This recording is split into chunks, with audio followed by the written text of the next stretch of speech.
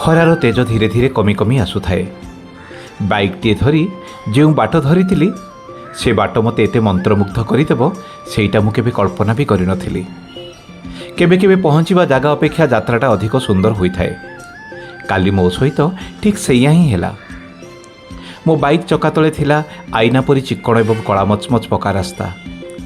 ସତେ ଯେମିତି କିଏ ଜଙ୍ଗଲ ବୁକୁରେ କଳା ରଙ୍ଗର ଏକ ଲମ୍ବା ଗାଲିଚା ବିଛାଇ ଦେଇଛି। ଟାୟାରର ସେଇ ଧୀର ଧୀର ଶବ୍ଦ ଆଉ ସାମ୍ନାରୁ ମାଡ଼ି ଆସୁଥିବା ପବନ ମନକୁ ଏକ ଅପୂର୍ବ ଶାନ୍ତି ଦେଉଥିଲା।